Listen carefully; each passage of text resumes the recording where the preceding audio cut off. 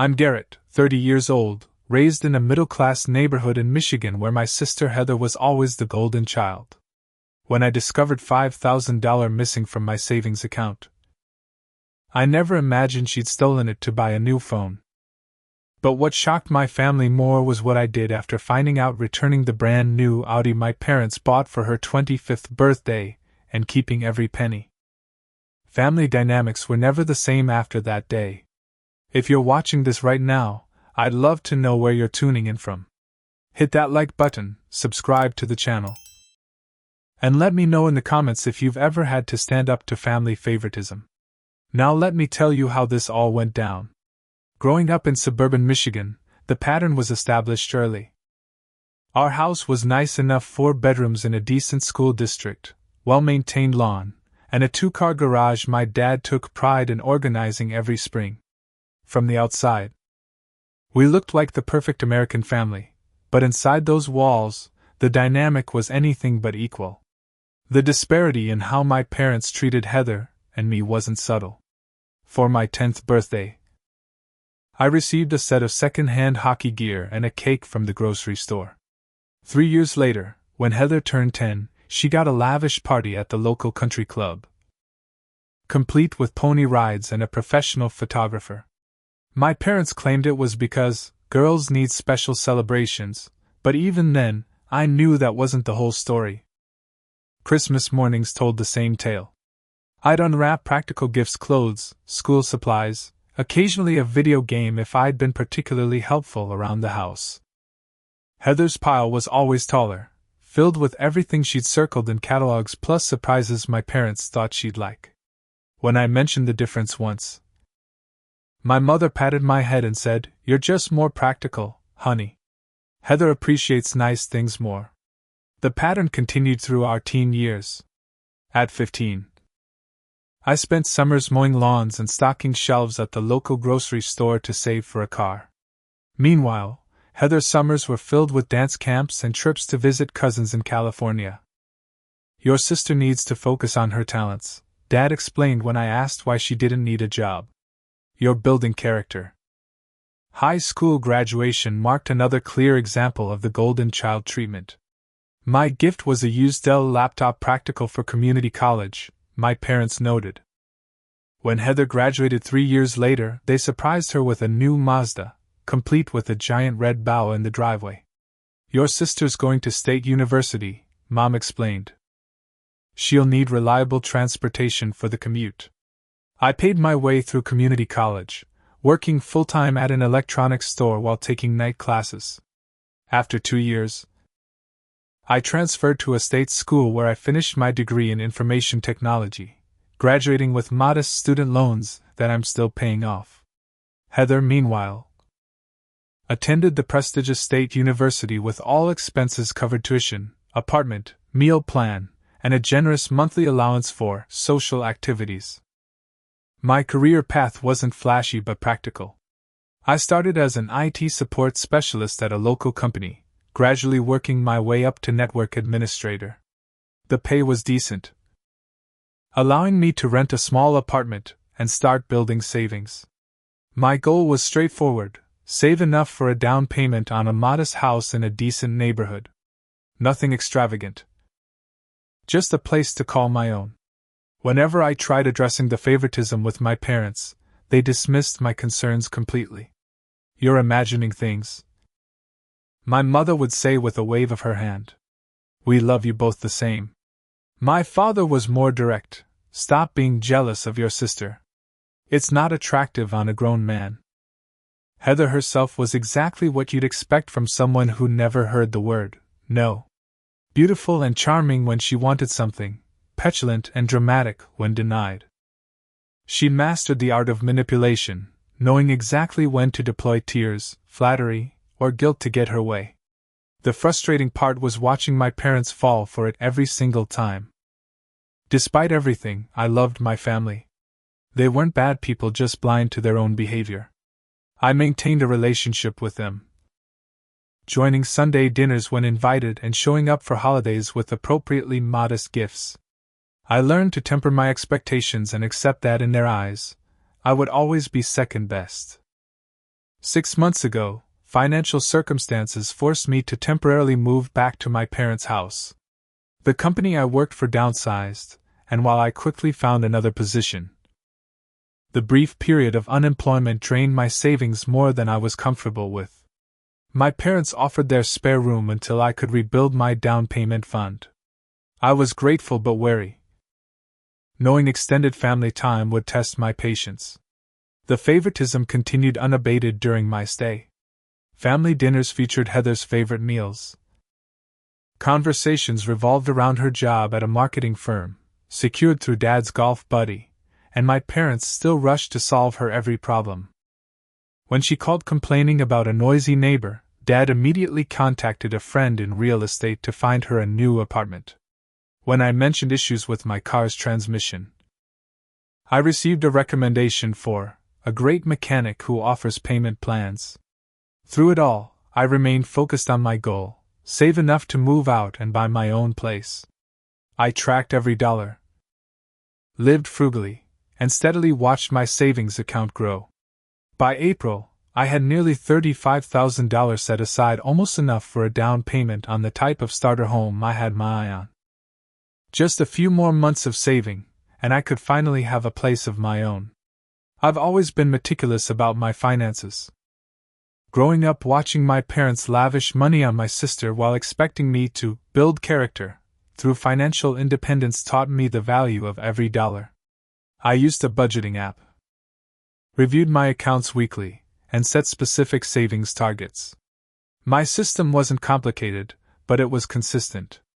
My goal was clear: $40,000 for a down payment on a modest 3-bedroom home in a nearby suburb. Property values in Michigan are reasonable compared to coastal areas, and with my salary as a network administrator, I could afford a decent place if I had enough for a 20% down payment. I was just $5,000 away from my target when everything fell apart. It was a Tuesday evening in May when I sat down for my weekly financial review.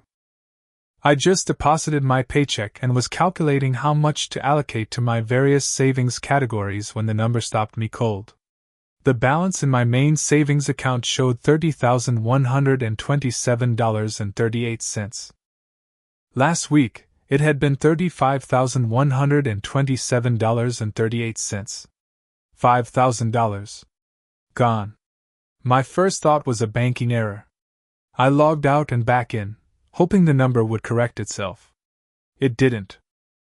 I checked my transaction history and saw a withdrawal for exactly $5,000 dated 3 days earlier Saturday. I hadn't made any withdrawals. A cold wave of panic washed over me as I considered identity theft. I immediately called the bank's 24-hour fraud line, heart pounding as I explained the situation to the representative. They placed a temporary freeze on my account and started the investigation process, asking questions about unusual activity and recent locations I'd visited. This withdrawal was made in person at our Main Street branch, the representative said, confusion evident in her voice. Using your debit card and PIN. The transaction was processed by one of our tellers at 11:47 a.m. on Saturday. That didn't make sense. I was at a job networking event on Saturday morning, my debit card safely in my wallet. Or was it? I checked my wallet and found the card exactly where it should be. Something wasn't adding up. Is there any way to verify who made the withdrawal? I asked. I can't access that information directly, but if you visit your branch tomorrow and speak with the manager, they can review the security footage since you're reporting this as fraud. I barely slept that night, my mind racing through possibilities. Could someone have cloned my card? How would they know my PIN? I mentally retraced my steps over the past week, trying to remember any suspicious incidents or moments when my card might have been out of my possession. Then it hit me. Sunday family dinner, 5 days ago. I'd run to the store for my mother, who'd forgotten to buy dessert. I left my wallet on the kitchen counter while I grabbed my car keys. When I returned, Heather had been alone in the kitchen, texting on her phone. My wallet was exactly where I'd left it, and I thought nothing of it at the time. The next morning, I arrived at the bank as soon as it opened. The branch manager, a professional woman named Barbara, listened carefully to my story and took me to her office to review the security footage. "We take fraud very seriously," she assured me as she queued up the video from Saturday. "We'll get to the bottom of this." The footage was clear enough. The camera showed the teller's counter from an angle, capturing both the employee and the customer. Barbara fast-forwarded to 11:45 a.m., then slowed the video to normal speed. I watched, waiting to see what stranger had stolen my identity. But it wasn't a stranger. There on the screen, clear as day, was my sister Heather. She was wearing large sunglasses and a baseball cap, but it was unmistakably her. I watched in stunned silence as she handed over my debit card, punched in my PIN, and counted the cash before tucking it into her designer purse, the same purse she'd proudly shown off at Sunday dinner, claiming it was on sale. "Do you recognize this person?" Barbara asked, noting my shocked expression. "Yes," I managed to say, my voice barely above a whisper. "That's my sister." Barbara's professional demeanor didn't waver, but her eyebrows rose slightly. "I see. Would you like to file a police report for theft?" The question hung in the air. Filing a police report would mean pressing charges against my own sister. Despite everything. The thought made my stomach turn. "Not yet," I finally said. "I need to talk to her first." Barbara nodded understandingly. "I'll pause the fraud investigation since you've identified the person. If you decide to pursue this as theft, contact me directly." She handed me her business card. "We can provide the footage as evidence if needed." I left the bank in a daze, emotions swirling like a tornado. Disbelief that Heather would steal from me. Betrayal that she'd taken money she knew was for my house down payment. Anger at the casual way she'd done it, apparently without a second thought. And underneath it all, a deep, aching hurt that my own sister valued me so little. I considered calling her immediately but decided against it. This conversation needed to happen face to face. I wanted to see her eyes when she explained herself. I wanted the truth, unfiltered by the distance of a phone call. Part of me tried to rationalize her behavior. Maybe she was in trouble. Maybe she needed the money for something important, and was too embarrassed to ask. Maybe she really did intend to pay it back quickly. But the rational part of my brain knew better. Heather had never faced consequences for her actions. Why would she start now? Still, I needed to hear it from her. I needed to know why. I texted her, keeping my tone casual. "Hey. Want to grab coffee tomorrow? Need to talk to you about something." Her reply came quickly. "Sure, Perks Cafe at 10?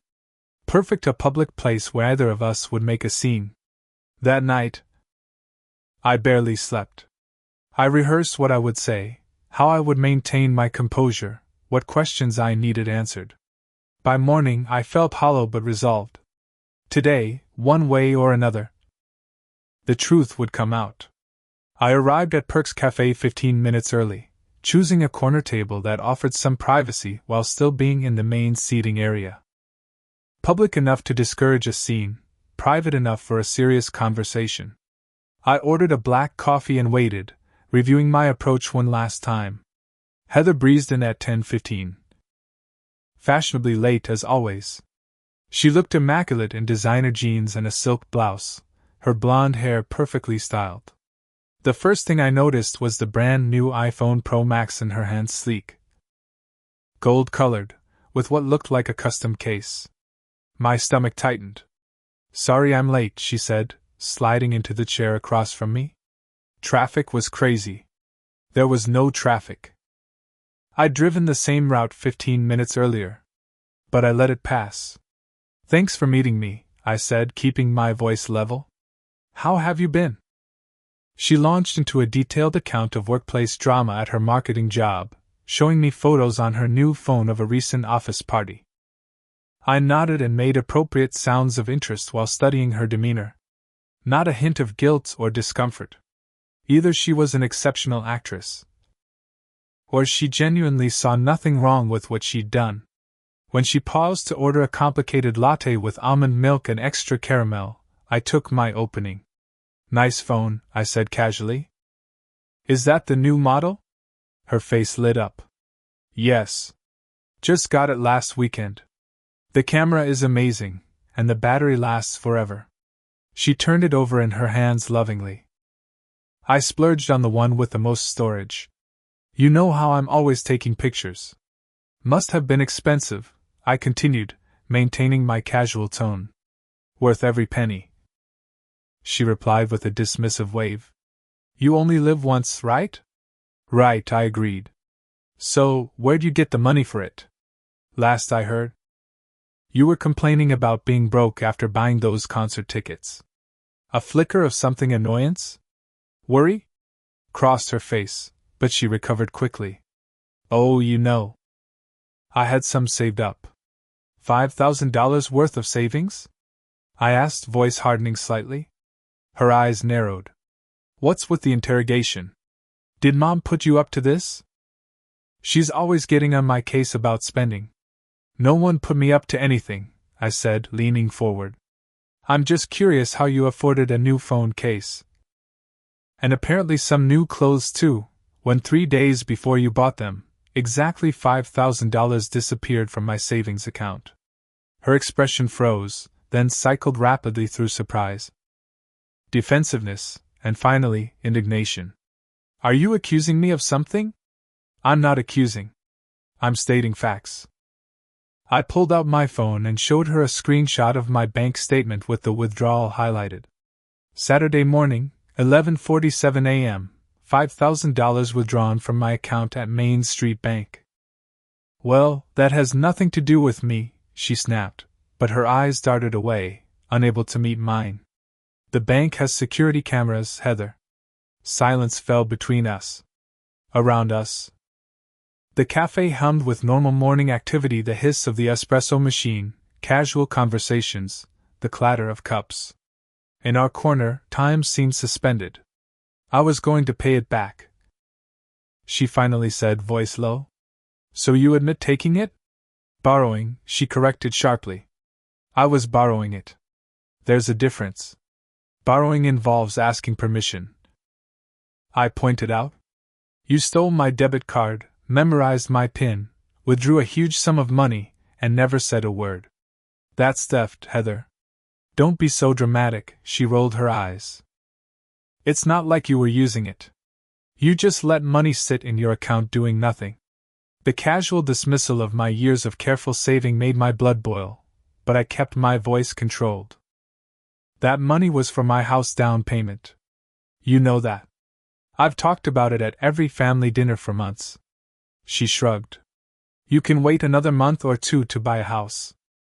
What's the big deal?" I needed the phone now. "Needed?" I repeated incredulously. "You needed a $2,000 phone?" "It wasn't just the phone," she admitted, examining her manicured nails.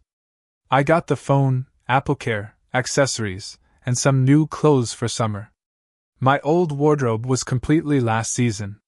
The disconnect from reality was staggering. I struggled to find words that might penetrate her bubble of entitlement. "Heather, what you did is a crime. I could press charges." That got her attention. Her head snapped up, eyes wide. "You wouldn't dare. I saw the bank footage. You disguised yourself with sunglasses and a hat. You knew what you were doing was wrong." "I just didn't want to be recognized because people would ask questions," she protested. "I was going to pay you back." "When? How? You don't have that kind of money." Her lips pressed into a thin line. "I'll figure it out. Maybe in installments. I need that money back now, Heather. All of it." "I don't have it. I spent it, okay?" Her voice rose, drawing glances from nearby tables. Lowering her tone, she added, "Mom and Dad will help me pay you back. They always do." Of course they did. That was the problem. "So your solution is to have our parents bail you out, again, for stealing from your own brother?" I couldn't keep the disgust from my voice. Tears welled in her eyes, her standard response when cornered. Why are you being so mean? It's just money. Family is supposed to help each other. Help is different from theft, Heather. She pulled out her phone, the phone bought with my money, and started texting rapidly. I'm telling Mom and Dad you're threatening me. Go ahead, I said, beyond caring at this point. Tell them everything. Tell them how you stole my debit card, memorized my PIN, withdrew money without permission, and spent it all on luxury items. 20 minutes later, my parents arrived together, looking concerned and confused. Mom immediately went to Heather, who launched into a tearful explanation about how I was being horrible and threatening her over a small loan. Dad turned to me with disapproval. What's this about, Garrett? Why are you upsetting your sister? I explained the situation calmly, showing them the bank statement and offering to show them the security footage. As I spoke, their expressions shifted from skepticism to discomfort, but not to the outrage I expected, the outrage any normal parent would feel learning their daughter had stolen thousands from their son. Well, my mother said when I finished, I'm sure Heather didn't mean any real harm. She probably thought you wouldn't mind. She wore a disguise to the bank, I pointed out flatly. Sweetheart, Mom turned to Heather, you should have asked first. That wasn't right. I know, Heather sniffled. I just didn't want to bother him, and I knew he'd say no. Dad sighed heavily. What's done is done. We'll help Heather pay you back, Garrett. Maybe a couple $100 a month until it's settled? I stared at him in disbelief. She stole $5,000 from me, and your solution is a payment plan that would take almost 2 years to complete? We're trying to be reasonable here, Dad said, his tone suggesting I was the one being difficult. What Heather did was a crime, I insisted. In any other circumstance, it would result in arrest and charges. Oh, for heaven's sake! Mom interjected. We're family. We don't get the police involved in family matters. Heather made a mistake, she's sorry, and we'll make it right. Heather nodded earnestly, tears drying up now that she saw the direction things were heading. I am sorry, Garrett. Really. But she wasn't sorry for taking the money. She was sorry she got caught. And my parents weren't sorry at all, they were just doing what they always did, cleaning up Heather's messes while minimizing the impact on their golden child. I need to go, I said abruptly, standing up. The conversation was going nowhere, and my anger was reaching a dangerous boiling point. Don't be like that, Mom pleaded. Let's figure this out together. There's nothing to figure out, I replied. Heather stole from me. You're enabling her. Same story, different day. I walked out, ignoring their calls to come back. In my car, I sat gripping the steering wheel, trying to process what had just happened. My sister had stolen a significant amount of money from me, and rather than holding her accountable, my parents were once again rushing to shield her from consequences. Something had to change. And for the first time, I realized it would have to be me who changed it. The days following the confrontation at the cafe were filled with uncomfortable silences and forced politeness at my parents' house. Mom and Dad acted as though we'd had a minor disagreement rather than exposed the felony theft. Heather avoided me entirely, staying at her apartment instead of coming for her usual midweek dinner visit. I was researching apartments, determined to move out despite the financial setback. When my father approached me in the kitchen one evening, "Your mother and I have been talking," he began, leaning against the counter. "We can give you $500 this month toward what Heather owes you. It's the best we can do right now." "And the rest?"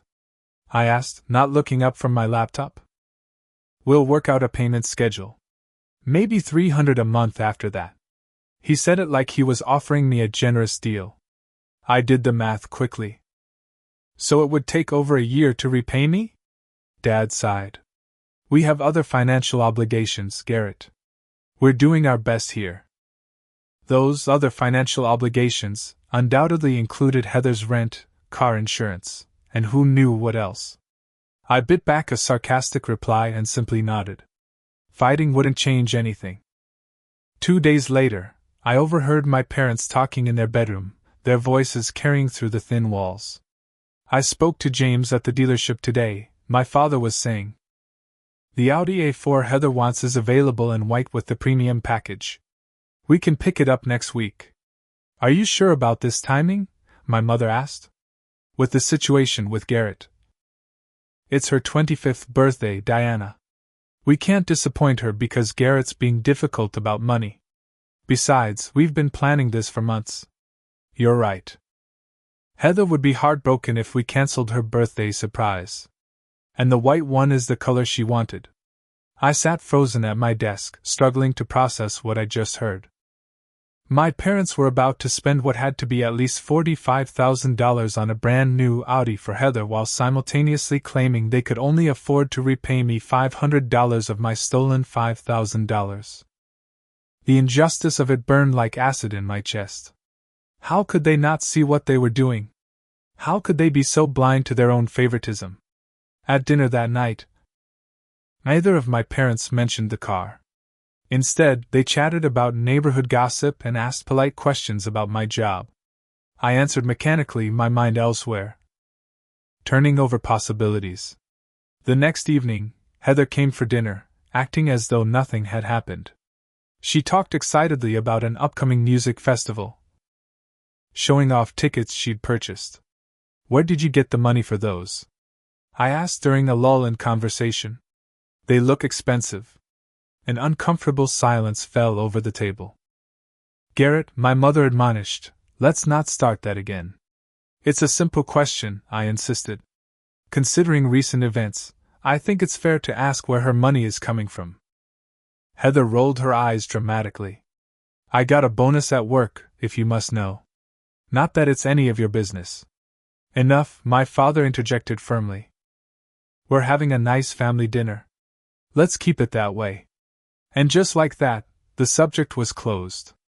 My feelings and concerns dismissed, Heather's behavior excused. And the pattern continued uninterrupted. Later that week, I tried speaking to my mother alone while she was gardening, hoping she might be more reasonable one-on-one. Mom, I need to talk to you about this situation with Heather. She continued pruning her roses, not looking up. I thought we were moving past that. How can we move past it when nothing's been resolved? She stole from me, and there have been no real consequences. We're handling it, Garrett. The payment plan is a joke. I interrupted. You're giving her a brand new Audi while telling me you can only afford to repay my stolen money over the course of a year. Her pruning shears paused mid-cut. You weren't supposed to know about the car. It's a surprise for her birthday. That was her concern. Not the blatant inequity, but the fact that the surprise was ruined. Mom, do you not see the problem here? The message you're sending? She finally looked at me, her expression a mixture of exasperation and confusion. The car has nothing to do with what happened between you two. We've been planning it for months. It has everything to do with it. You're rewarding her while I'm still dealing with the fallout of her crime. Crime is such a harsh word for a mistake between siblings, she said, returning to her roses. Family matters more than money, Garrett. You need to let this go. I tried speaking with my father individually the next day, catching him in the garage where he was organizing his tools. Dad, can we talk about the Heather situation? He didn't look up from the socket wrench set he was arranging. What's there to talk about? We're handling it. You're buying her a luxury car while claiming you can't afford to properly repay me.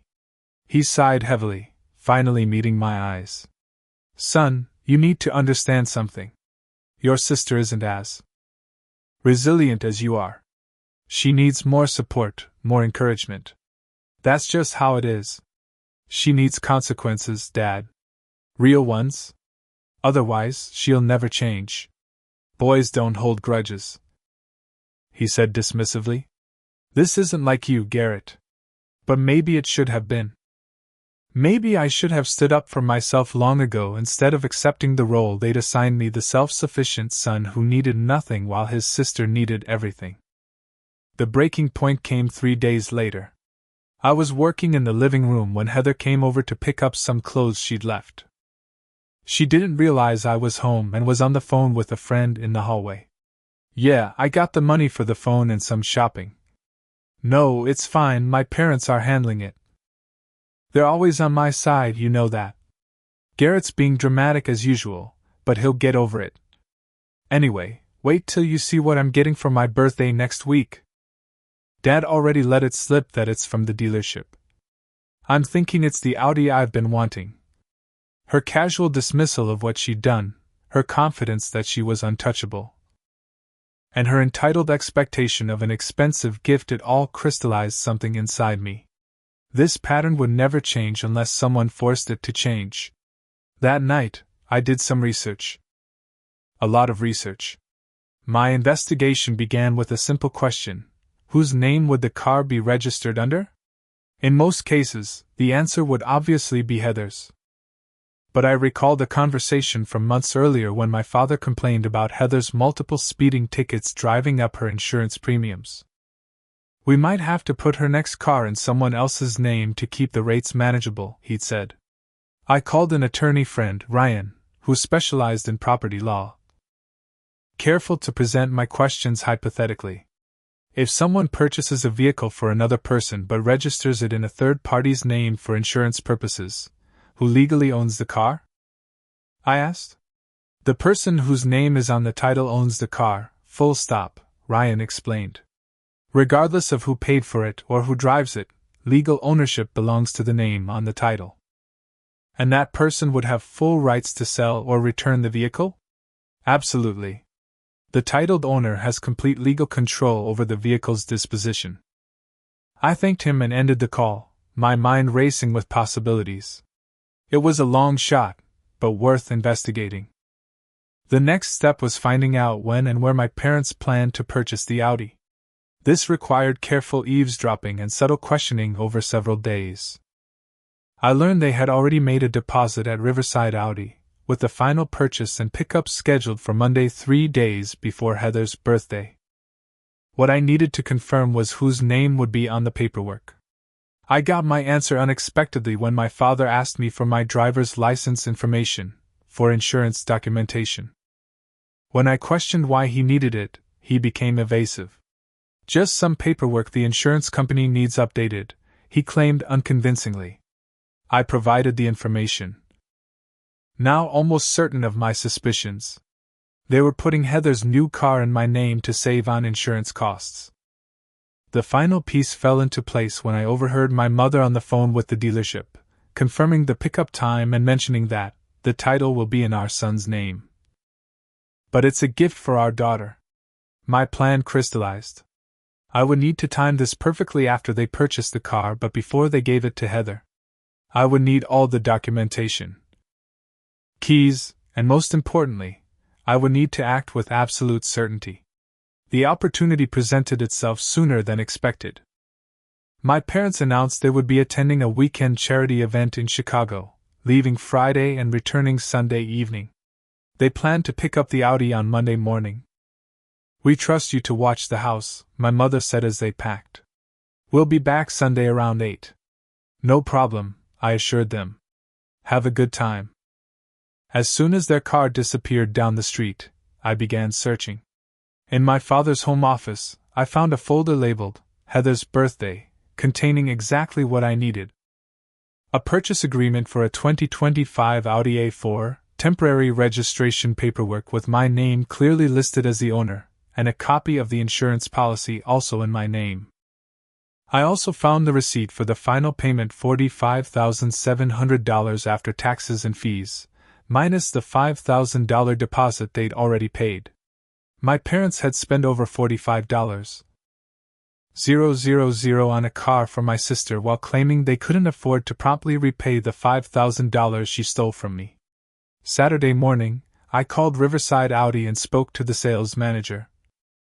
James, the same person my father had been working with. "Hello, this is Garrett Mitchell. My parents recently purchased an Audi A4 that's ready for pickup on Monday." "Yes, Mr. Mitchell. Everything is processed and ready to go. Your father said you'd be coming with them for the pickup." Actually, there's been a change of plans, I explained smoothly. I'm wondering if I could come by today instead? The paperwork shows I'm the registered owner, and I have all the documentation with me. There was a pause. Well, your parents made the purchase. But yes, the vehicle is registered in your name. I suppose that would be fine if you have the purchase agreement and your ID. Great. I can be there in an hour. Driving to the dealership. I felt surprisingly calm. This wasn't about revenge, I told myself. It was about justice, about finally breaking a pattern that had gone on far too long. James greeted me warmly at the dealership, checking my driver's license against the paperwork. Everything seems in order, Mr. Mitchell.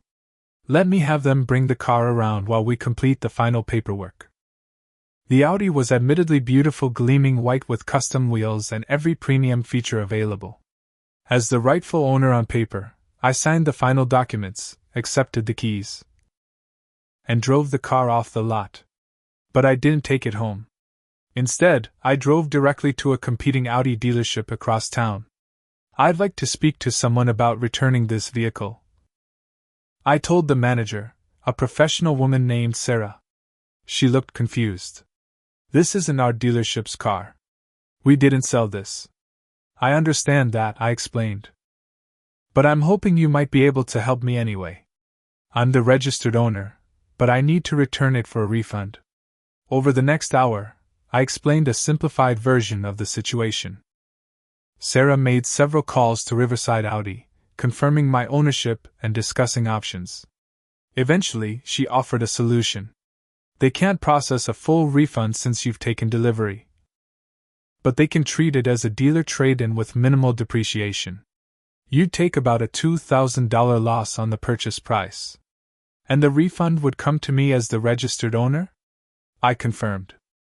Yes, the check would be made out to you. But Mr. Mitchell, are you sure about this? This is a significant decision. I was sure. More sure than I'd been about anything in a long time. 3 hours later, I walked out with a cashier's check for $43,700 made out to me. I drove straight to my bank and deposited it into a new account I'd opened that morning, one my parents and sister had no knowledge of. I texted my parents that evening. Something's come up with work. Had to leave town suddenly. Will explain when you're back. This bought me time to prepare for the confrontation I knew was coming. I used part of Sunday to find a small apartment with a month-to-month lease and moved my essential belongings there, paying for the first month and security deposit in cash. From the money, I set aside exactly $5,000, the amount Heather had stolen from me.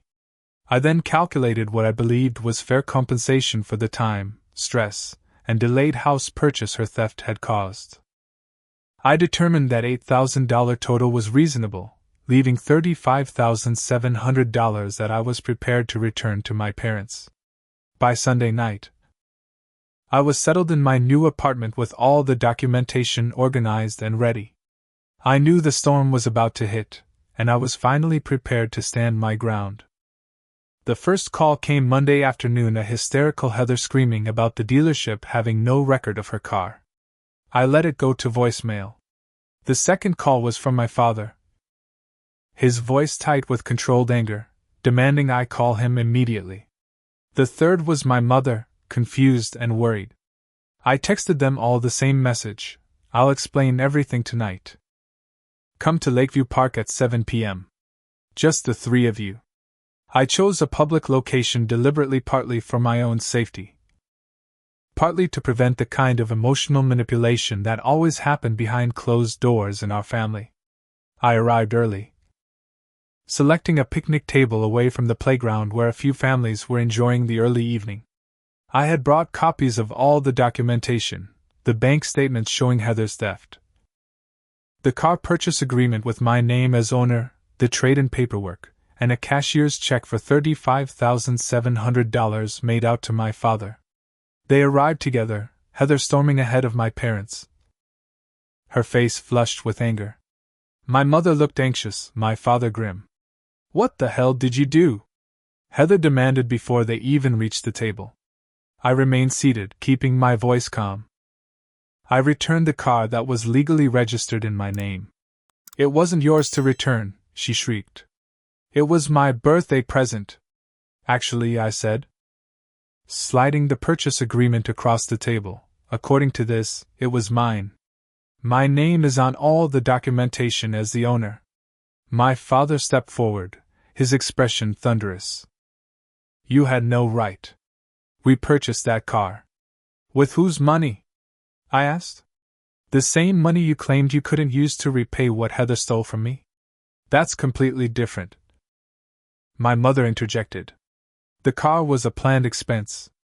And apparently my stolen $5,000 was an unplanned expense not worth prioritizing, I replied. Let me be clear about what happened. Heather stole from me.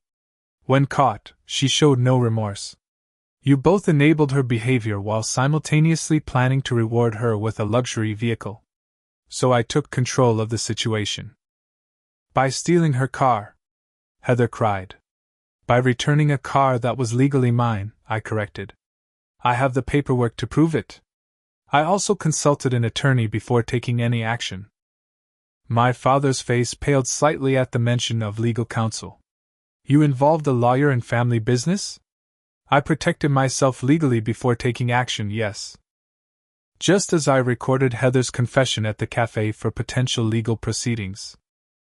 This was a bluff. I hadn't actually recorded the conversation, but the flash of panic on Heather's face told me it hit home. What do you want, Garrett? My father finally asked.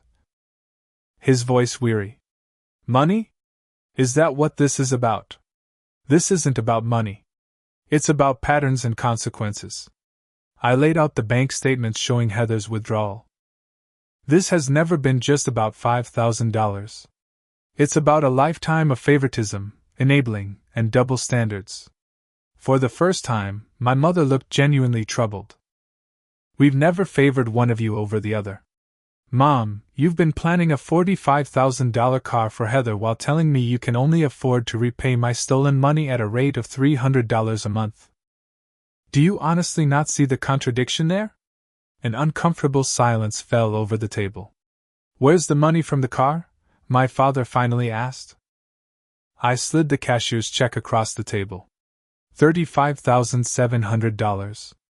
I kept $8,000 to $5,000 to replace what Heather stole, plus $3,000 for the time, stress, and delayed house purchase her theft caused me. You had no right, Heather began, but my father silenced her with a raised hand. What do you expect to happen now? He asked me. I expect things to change, I said simply. I'm offering you a deal. You can have this money back under 3 conditions. First, Heather repays the $5,000 she stole, not you, not a payment plan, her. Second, we attend family therapy to address the patterns that got us here. Third, if you still want to buy Heather a car, it should be one she helps pay for. Or what? Heather challenged. Or nothing. I keep the money I'm legally entitled to, and we go our separate ways. You can't be serious, my mother said, her voice breaking. We're family. Family doesn't steal from each other. Family doesn't enable theft. Family doesn't consistently favor one child over another for decades, I replied, my voice finally betraying some emotion. I've spent my entire life accepting my role as the responsible, independent son who needs nothing while Heather gets everything. I'm done with that role. My father stared at the check for a long moment. You know we could challenge this legally. You could try, I acknowledged. But the car was registered in my name. I was the legal owner. And I have evidence of Heather's theft, which provides context for my actions. Do you really want to take this to court? The threat was empty. I knew a legal battle would be messy and uncertain, but my father didn't call my bluff. Instead, he folded the check and put it in his pocket. We need time to think about this, he said stiffly. Take all the time you need, I replied. I've moved out of the house, by the way. I've left the key on the kitchen counter along with the location of my new place if you want to continue this conversation. Heather hadn't spoken for several minutes, but now she looked up. Tears streaming down her face. I can't believe you'd do this to me. My birthday is ruined. For the first time in our adult lives, neither of my parents immediately rushed to console her. Instead, my father looked tired, and my mother seemed lost in thought. We parted without resolution, the gulf between us wider than ever. Over the next 2 weeks, the only communication I received was a series of angry texts from Heather, alternating between guilt trips and threats. I didn't respond to any of them. I settled into my small apartment, focusing on work and researching houses again, now with an unexpected financial cushion. The situation wasn't ideal, but for the first time in my life, I felt I had taken control rather than simply accepting the status quo. 18 days after our confrontation at the park, there was a knock at my apartment door. I opened it to find my father standing alone in the hallway, looking older and more uncertain than I'd ever seen him. "May I come in?" he asked quietly. I stepped aside, allowing him into my modest living space. He looked around briefly, then sat on the only chair while I took a seat on the edge of the bed. "Your mother doesn't know I'm here," he began. "I needed to talk to you alone first." What he said next would determine whether our family had any chance of healing, or whether the break would become permanent. My father sat quietly for a moment, gathering his thoughts. When he finally spoke, his voice was softer than I was accustomed to hearing. "When I was growing up," he began, "I had an older brother, your Uncle James, who you've never met. He was the golden child in our family, athletic, charming, popular. Everything came easily to him, while I struggled. My parents never tried to hide their preference. This was new information. I'd always known about Uncle James, who lived across the country, but my father rarely mentioned him. They weren't estranged as far as I knew, just distant. When James got into trouble, and he often did, my parents covered for him. When he needed money, they gave it freely. When I needed the same, I was told to work harder." He smiled ruefully. "Sound familiar?" I nodded, unsure where this was going. "I promised myself I'd never repeat that pattern with my own children," he continued. "And then, somehow, I did exactly that without even realizing it." He pulled out a folded piece of paper from his pocket, the check I'd given him for the car money. "Your mother and I have had some difficult conversations since that day at the park. At first, we were angry, then defensive. But eventually, we had to face some uncomfortable truths about how we've treated you and Heather differently over the years." He handed me the check. "We're not cashing this. The money is yours legally and, I've come to realize, morally. What we did was wrong." I stared at the check, taken aback by this unexpected turn. "Dad, I don't need all this money. I just wanted things to be fair." "I know. And they haven't been fair for a very long time." He leaned forward, elbows on his knees. "Your mother spoke with Heather?" "Really spoke with her, perhaps for the first time as an adult rather than as her protector. It didn't go well initially. There were tears, accusations, the usual drama. But in the end, Heather agreed to get a job to repay what she stole from you." "She's actually going to work?" I couldn't keep the skepticism from my voice. Dad nodded. "She started at her friend's boutique last week. Part-time, but it's a start. And your mother suggested therapy, family and individual, for Heather." "Mom suggested therapy?" This was perhaps the most surprising development of all. My mother had always dismissed therapy as something other families need. "Your actions forced us to look at patterns we've been perpetuating for years," he explained. "It wasn't easy to face, but it was necessary." He paused, then added quietly, "I'm sorry, Garrett, for all of it." The simple apology, delivered without excuses or qualifications, caught me off guard. My father had never been one to admit mistakes, especially not to his children. "What happens now?" I asked. "That depends partly on you. Your mother would like to talk. She's not ready to admit everything I have, but she's trying. And Heather, well, Heather has a long way to go, but this might be the wake-up call she needed." 2 days later, I met my mother for lunch at a quiet restaurant downtown. The conversation was awkward but necessary. She didn't apologize directly as my father had, but she acknowledged that things needed to change. "I've always thought we were doing what was best for both of you," she explained. "Heather seemed to need more guidance, more support. You were always so capable, so independent." "Because I had to be," I pointed out. "I never had the option of being anything else." She nodded slowly. "I'm beginning to understand that now." A week later came the most difficult meeting, our first family therapy session. The therapist, Dr. Reynolds, was a no-nonsense woman in her 50s who established ground rules immediately. Everyone gets to speak without interruption. Everyone's feelings are valid. And everyone needs to be honest, even when it's uncomfortable. Heather was sullen and defensive for most of the session, speaking only when directly addressed. "I don't see why I'm being treated like the villain here," she complained. "So I borrowed some money. It's not like I committed a felony." "Actually, you did," Dr. Reynolds stated matter-of-factly. "What you described is theft, which is a criminal offense. Understanding that is the first step toward making amends." My sister looked shocked at being held accountable, perhaps for the first time in her life. By the end of the session, she hadn't made a breakthrough, but at least she was quieter, possibly reflecting. Over the following months, we continued therapy both as a family and individually. Progress was slow and uneven.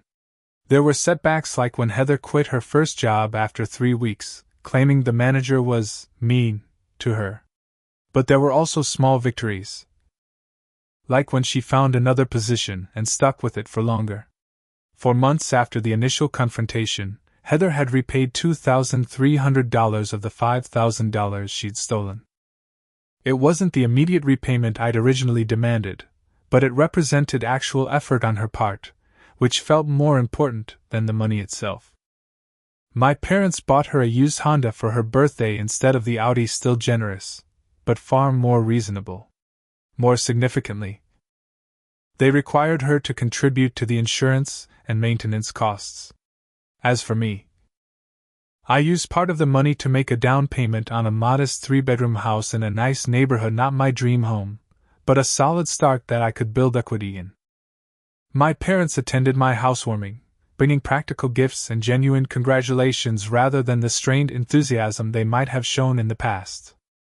Family dynamics don't change overnight. There were still moments when old patterns emerged, my mother automatically taking Heather's side in a disagreement, my father expecting me to be the reasonable one during conflicts. But now we had the language and awareness to recognize and address these patterns when they appeared. 6 months after returning the Audi, our family relationship was different, not perfect, but more honest and balanced than it had ever been. Heather and I would probably never be best friends, but we were learning to interact as adults rather than falling into our childhood roles of golden child and afterthought. The most valuable lesson from this experience wasn't about cars or money, it was about boundaries. For years, I'd accepted treatment that diminished my worth because they were family, and family loyalty seemed to demand that sacrifice. I'd learned that real love sometimes requires standing up for yourself, even against those you care about most. Sometimes, the most loving thing you can do for someone is to stop enabling destructive patterns.